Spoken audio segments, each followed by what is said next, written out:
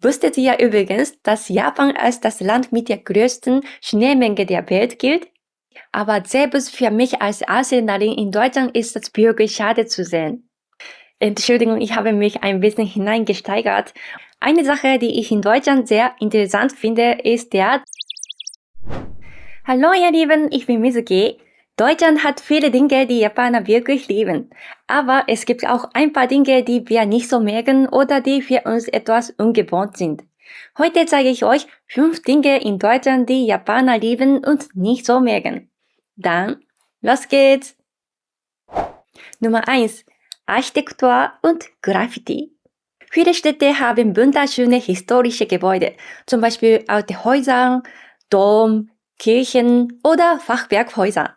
Besonders gefallen mir Städte, die ich schon besucht habe, wie Leipzig, Rothenburg auf der Tauber, Hessen, Münster, Dresden und Bremen.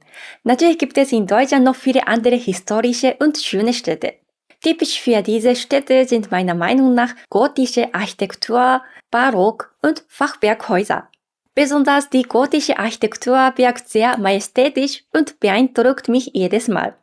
Ich habe außerdem über 4 Jahre in Leipzig gelebt. Auch jetzt, nachdem ich die Stadt verlassen habe, fühlt sich Leipzig für mich immer noch ein bisschen wie meine Heimat in Deutschland an. Vielleicht gefällt mir die gotische Architektur und der Barockstil auch deshalb so sehr. Als ich zum ersten Mal Deutschland gereist bin, habe ich oft Süddeutschland besucht. Deshalb liebe ich auch heute noch die Fachwerkhäuser. Sie wirken auf mich eher niedrig und romantisch. Viele Japaner haben genau dieses Bild von Deutschland, besonders vom Orden entlang der romantischen Straße. Wenn ich durch eine Altstadt oder durch Städte in Süddeutschland gehe, fühlt es sich manchmal an, als wäre ich in einem Film oder Märchen. Und dann denke ich oft, dafür bin ich nach Deutschland gekommen. Aber nicht nur gotische oder barocke Gebäude und Fachwerkhäuser gefallen mir, ich mag auch die normalen Häuser in Deutschland. Deutsche Häuser sind oft relativ groß und haben verschiedene Farben und Formen bei Wänden und Dächern. Besonders gefallen mir Häuser mit Klinker- oder Ziegelwänden. In letzter Zeit gibt es auch alte und moderne Einfamilienhäuser mit Klinkerfassaden. Diese sehen ganz anders aus als typische japanische Häuser, die oft aus Holz oder Beton bestehen. Für mich als Japanerin wirkt das sehr attraktiv und besonders. Außerdem finde ich interessant, dass in manchen Städten in Dächern oder Farben der Häuser einheitlich gestaltet sind. Ich habe das Gefühl, dass Architektur in Deutschland schon seit langer Zeit sehr gut durchgedacht ist und viele Traditionen bis heute weitergeführt werden. Das finde ich wirklich beeindruckend. Aber es gibt auch etwas, das mich manchmal schockiert oder traurig macht. Manchmal werden sehr schöne Gebäude einfach mit Graffiti gesprüht. Ich werde dann sogar ein bisschen wütend, wenn jemand einfach auf die Wände solcher Gebäude malt, besonders wenn es keine Kunst ist, sondern nur einfache Graffiti von Jugendlichen. Manchmal frage ich mich, warum beschmiert man so schöne Gebäude? Versteht man nicht, wie schön diese Architektur ist? Natürlich ist Graffiti auf öffentlichen Gebäuden strafbar und gesetzlich verboten, aber es ist wahrscheinlich unmöglich, alle Gebäude komplett davor zu schützen. Vielleicht ist es jugendlicher Leichtsinn oder einfach Stressabbau, ich weiß es nicht, aber selbst für mich als Ausländerin in Deutschland ist es wirklich schade zu sehen. Entschuldigung, ich habe mich ein bisschen hineingesteigert, obwohl es ja nicht meine eigenen Gebäude sind. Aber weil ich deutsche Architektur so sehr liebe, finde ich das wirklich traurig. Nummer 2. Viele Städte entdecken und Verkehr und Deutsche Bahn. Deutschland hat viele schöne und interessante Städte. Zum Beispiel jede Stadt hat ihre eigene Atmosphäre, Geschichte und Spezialitäten. Zwischen den großen Städten gibt es außerdem viele kleinere Städte. Und selbst wenn es keine riesigen Metropolen wie Berlin, München oder Frankfurt sind, gibt es überall in Deutschland mittelgroße Städte, zum Beispiel Braunschweig, Erfurt oder Bonn. Im Vergleich zu Japan finde ich interessant, dass Deutschland nicht nur ein paar sehr große Städte hat wie Tokio oder Osaka, sondern dass viele Städte über das ganze Land verteilt sind. Es fühlt sich ein bisschen so an, als wären die Städte wie Punkte miteinander verbunden. Deshalb kann man relativ einfach reisen und viele verschiedene Orte entdecken und das gefällt mir wirklich sehr. Diese Struktur macht es auch möglich, von Stadt zu reisen. Natürlich kann man mit dem Auto unterwegs sein und so neue Orte entdecken. Aber auch mit dem Zug durch Deutschland zu reisen, kann eigentlich sehr schön sein. Aber es gibt ein Problem. Ja, ihr ahnt es schon. Die Deutsche Bahn. Wenn Züge Verspätung haben oder plötzlich ausfallen, kann Reisen schnell sehr stressig werden. Verspätungen sind in Deutschland, zumindest im Vergleich zu Japan, wirklich ziemlich normal. Deshalb kann es problematisch sein, wenn man seine Reise zu knapp plant. Man braucht oft etwas mehr Zeitpuffer. Bevor ich in Deutschland ein Auto gekauft habe, bin ich selbst sehr oft mit dem Zug gereist und ich habe wirklich viele Verspätungen erlebt. Als ich zum Beispiel zum ersten Mal alleine nach Deutschland gereist bin, wollte ich von München nach Füssen fahren, aber plötzlich wurde der Zug unterwegs einfach abgesagt. Ich musste in einer kleinen, mir völlig unbekannten Stadt aussteigen und dann einen Ersatzbus nehmen. Damals konnte ich weder Deutsch noch Englisch besonders gut, deshalb war diese Situation für mich wirklich schwierig. Ich glaube, viele ausländische Touristen erleben so etwas mindestens einmal mit der Deutschen Bahn und bekommen dadurch vielleicht einen etwas negativen Eindruck. Dabei ist das eigentlich schade, denn Deutschland hat so viele schöne Städte, aber wenn die Reise dorthin schwierig ist, kann das leider den gesamten Eindruck ein bisschen verschlechtern. Nummer 3. Zeit zu Hause und Handwerker kommen spät. Ich mag es in Deutschland sehr, Zeit zu Hause zu verbringen. Besonders im Winter ist es gemütlich, zu Hause bleiben, Tee trinken und entspannen. Die Winter in Deutschland sind zwar sehr kalt, aber dank der dicken Wänden und der guten Isolierung sind solche Häuser innen oft sehr komfortabel. Außerdem gibt es hier, anders als in Japan, fast immer eine dauerhafte Heizung. Viele Häuser haben zum Beispiel Fußbodenheizung oder Zentralheizung und im Winter bleibt die Heizung meistens die ganze Zeit eingeschaltet. In Japan dagegen sind Häuser oft weniger isoliert. Deshalb schaltet man die Heizung dort häufig täglich ein und wieder aus. Dadurch dauert es oft eine Weile, bis ein Zimmer wirklich warm wird.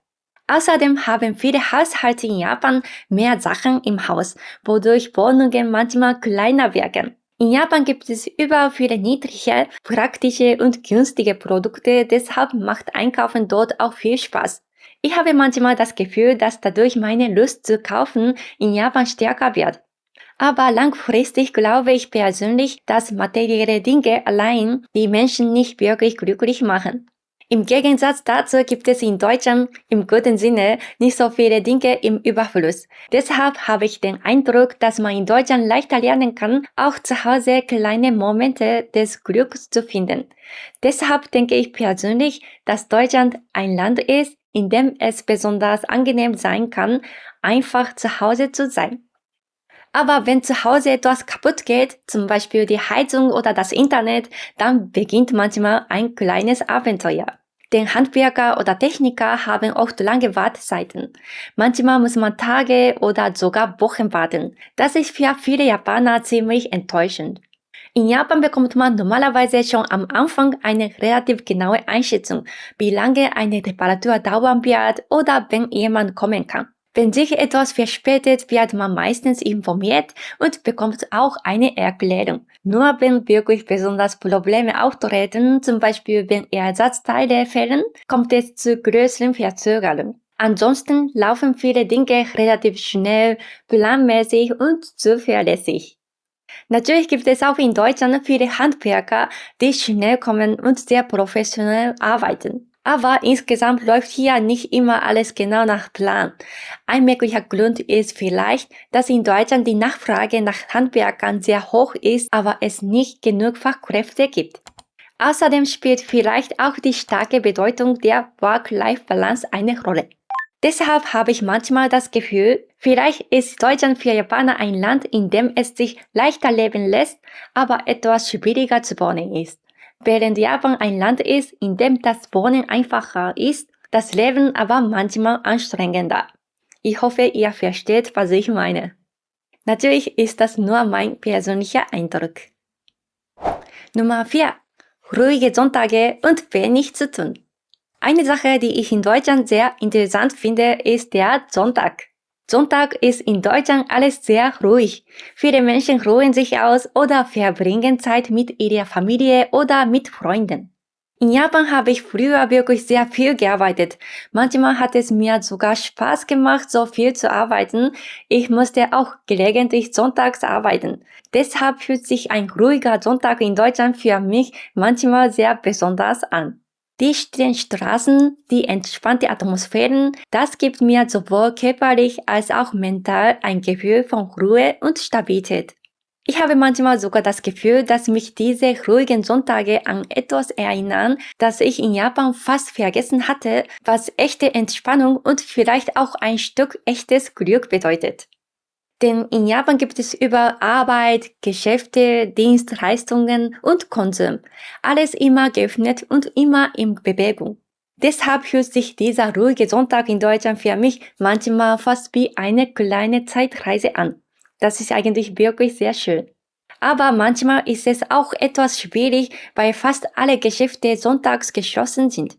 Wenn man plötzlich etwas braucht, muss man oft bis Montag warten. Für viele Japaner ist das sehr ungewohnt. Besonders Japaner, die neu in Deutschland sind, empfinden das manchmal als unpraktisch. Wenn man dieses Thema jedoch nicht nur aus der Perspektive der Bequemlichkeit betrachtet, sondern auch über Arbeitsmöglichkeiten und Einkommen nachdenkt, gibt es wahrscheinlich viele unterschiedliche Meinungen.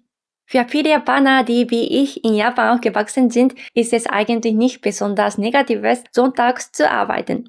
Wir sind einfach so aufgewachsen.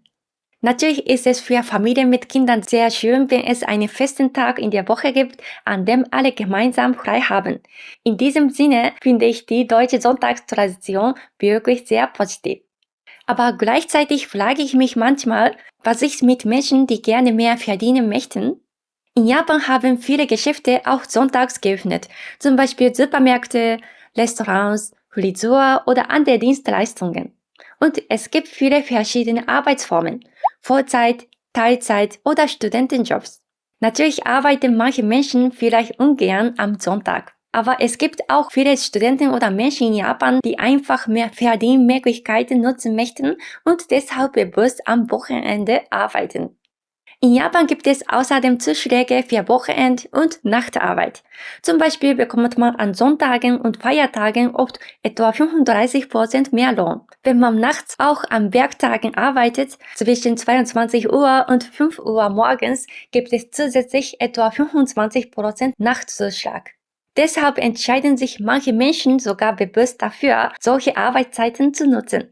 Und wenn man sonntags arbeitet, bekommt man normalerweise an einem anderen Tag in der Woche frei. Das kann auch Vorteile haben, weil man dann zum Beispiel unter der Woche einkaufen gehen kann, wenn es weniger voll ist. Natürlich arbeiten auch in Japan viele Menschen in Büroberufen nur von Montag bis Freitag, aber insgesamt gibt es im Vergleich zu Deutschland einfach mehr Möglichkeiten, auch am Wochenende zu arbeiten. Außerdem können geöffnete Geschäfte auch dazu beitragen, dass die Wirtschaft attraktiver bleibt.